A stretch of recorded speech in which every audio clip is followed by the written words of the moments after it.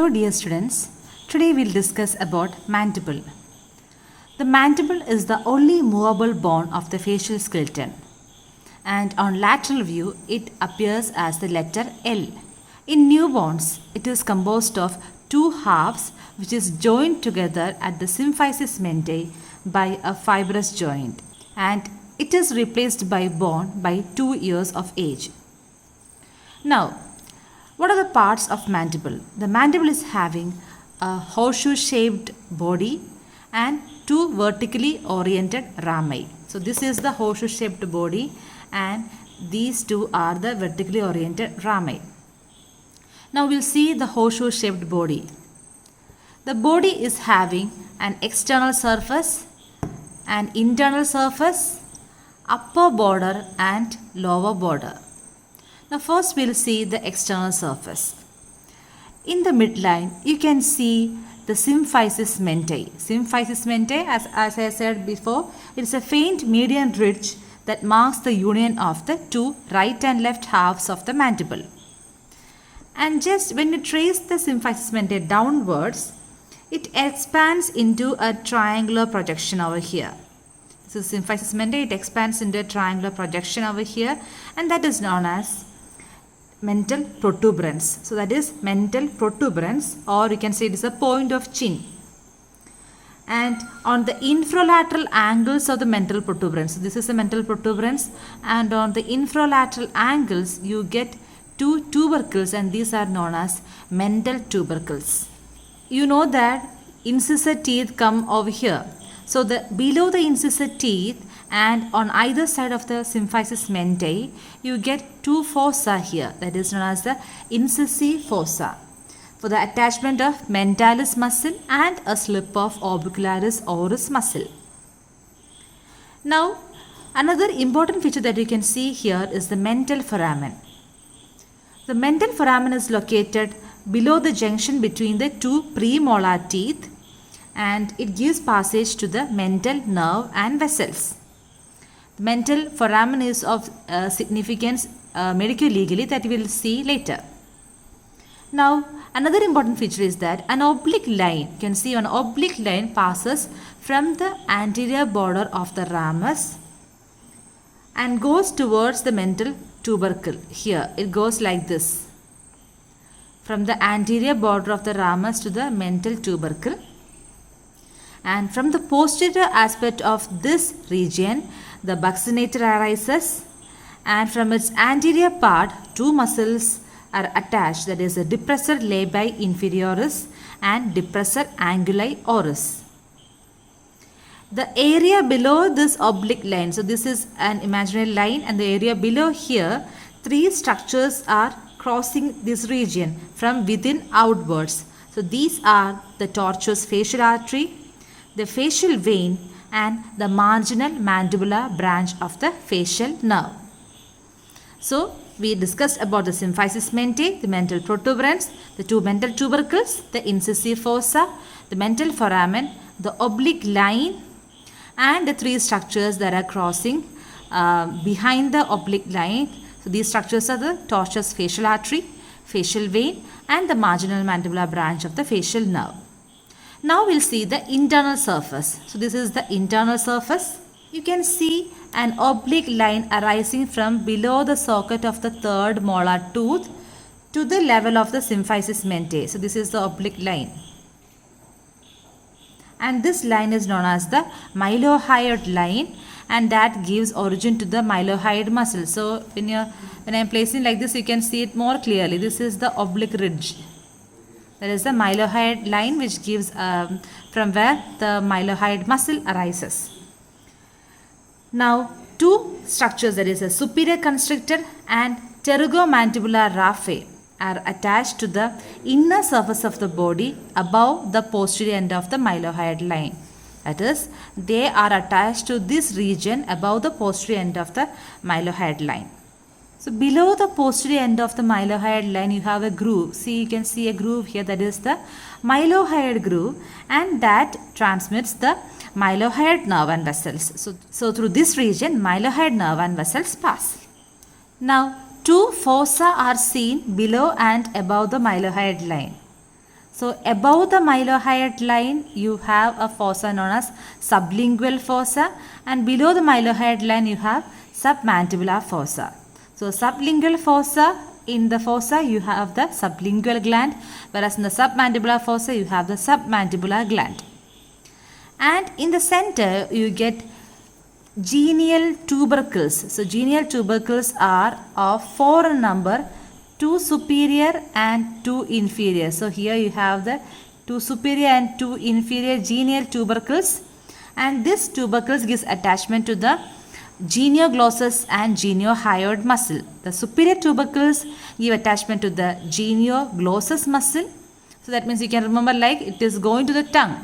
So it is above. And inferior tubercles give attachment to the geniohyoid muscles. So that means these muscles are going to the hyoid bone. So that is what is meant by the genial tubercles. Now another important nerve is related to this region, that is the lingual nerve. So lingual nerve, before reaching the tongue, it passes along the inner surface of the upper border or the alveolar border in close relation with the third molar tooth socket and the posterior end of the mylohyoid line. So the lingual nerve is related over this region. Now we'll see the upper or alveolar border. So as the name suggests, upper or alveolar border means it contains sockets for roots of the teeth of lower jaw. Now the lower border is also known as base. Over to the base, the investing layer of deep cervical fascia and platysma muscle are attached. Now in the center, there is a depression that is known as digastric fossa. So the depression over the base of the lower border is known as the digastric fossa, from where the anterior belly of digastric muscle arises. So that's all about the body. Now we'll see the ramus. So the ramus of the mandible is having 2 surfaces, 4 borders and 2 processes. The surfaces are lateral and medial. The borders are upper border, lower border, anterior border and posterior border, and the 2 processes are coronoid process and condylar process. So these are the presenting parts of the ramus of mandible. So now we'll see the medial surface. So this is the medial surface. You can see here there is a foramen that is known as mandibular foramen, and that is guarded by a tongue-like projection here. See, this is a tongue-like projection and this projection is known as lingula. So this foramen is guarded by the tongue-like lingula, and this foramen leads into a canal that is known as mandibular canal. So mandibular foramen leading into mandibular canal, and this foramen is guarded by this tongue-like projection known as lingula. The mandibular canal, the mandibular foramen and the canal transmits the inferior alveolar nerve and vessels. The lingula gives attachment to a ligament that is known as sphenomandibular ligament. Sphenomandibular ligament. The other end of the ligament, as the name suggests, it is from the sphenoid bone. So it is attached to the spino-sphenoid bone. And there is a rough area on the medial surface here that you can see the rough area here. Here there is insertion of the medial pterygoid muscle. So medial pterygoid muscle is one of the muscles of mastication that is inserted to the rough area on the medial surface. So on the medial surface you have the mandibular foramen, canal, the lingula and the attachment of the medial pterygoid muscle. The lateral surface gives insertion to the masseter muscle. Masseter muscle is another muscle of mastication. So the lateral surface gives insertion to the masseter muscle. Now upper margin, you can see the upper margin, it is curved. It is curved and it is having 2 processes. So this curved notch is known as mandibular notch and it transmits the masseteric nerves and vessels. So the mandibular notch transmits masseteric nerve and vessels. And the 2 processes that is forming the anterior boundary, one process is that is known as coronoid process, and the posterior boundary of the mandibular notch, another process is there, that is condylar process. So you can see the condylar process is from the posterior superior aspect, and This articulates with the mandibular fossa on the temporal bone to form the temporomandibular joint. And you can consider this condylar process as a head, and just below that there is a constriction that is known as neck, and medial to the neck you have got a depression here. This is known as fovea, that is pterygoid fovea. You can see here, this is the head, the neck. On the medial aspect of the neck, see the area marked with the pink. This region is known as the pterygoid fovea, and that gives insertion to the lateral pterygoid muscle. That is another muscle of mastication.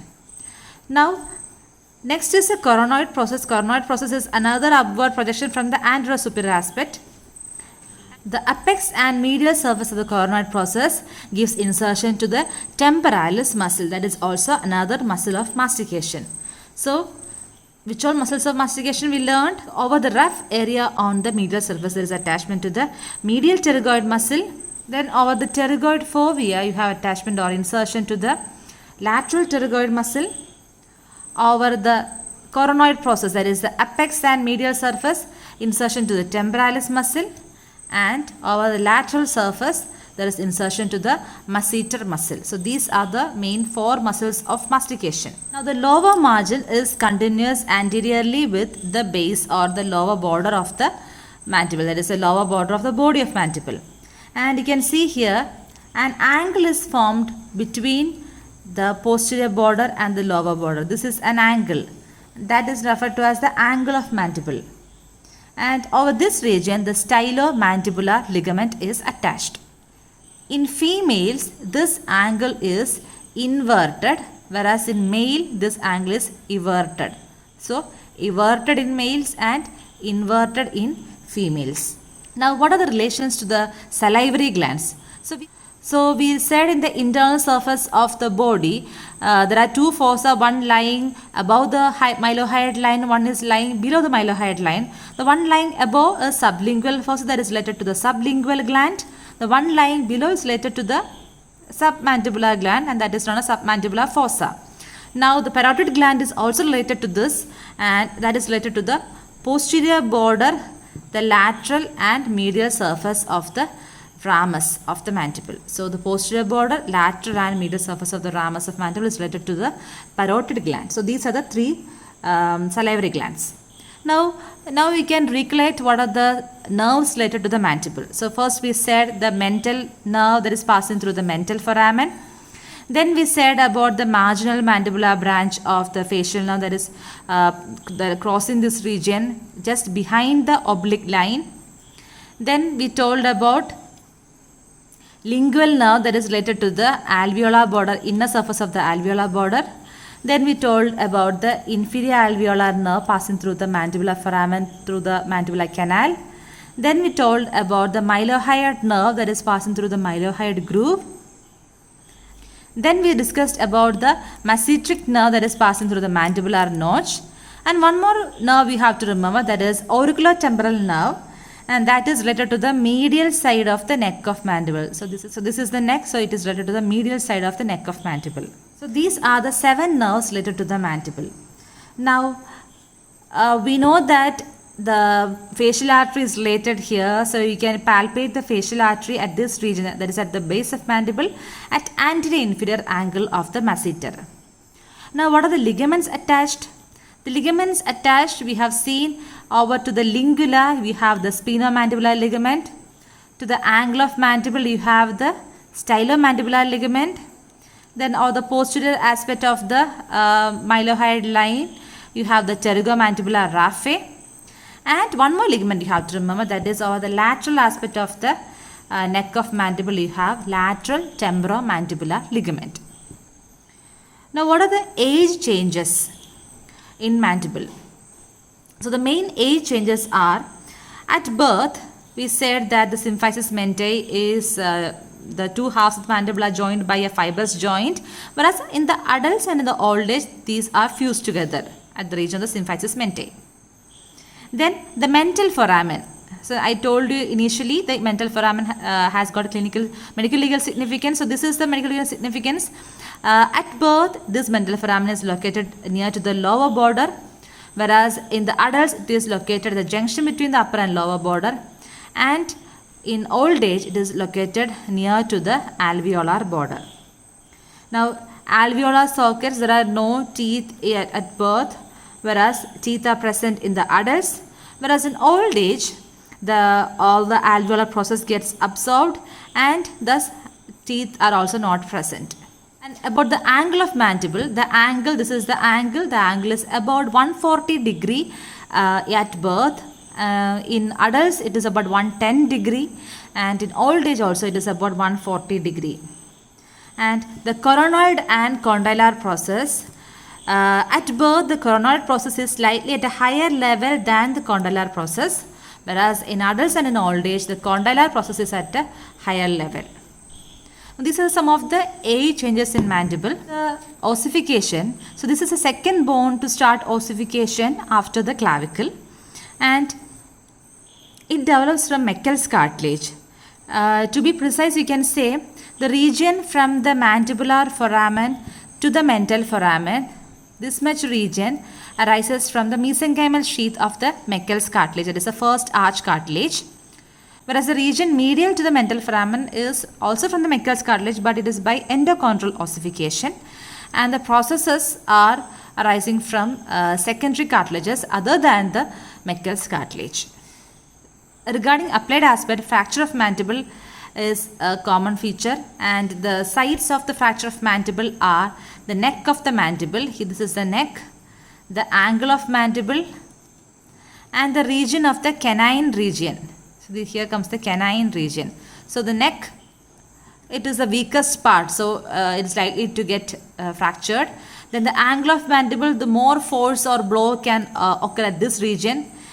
And the canine part, the canine teeth has got a long root, so the region over the root, the bone is weak, so there is more chance of fracture of the canine region. So the sites are neck, angle, and over the canine region.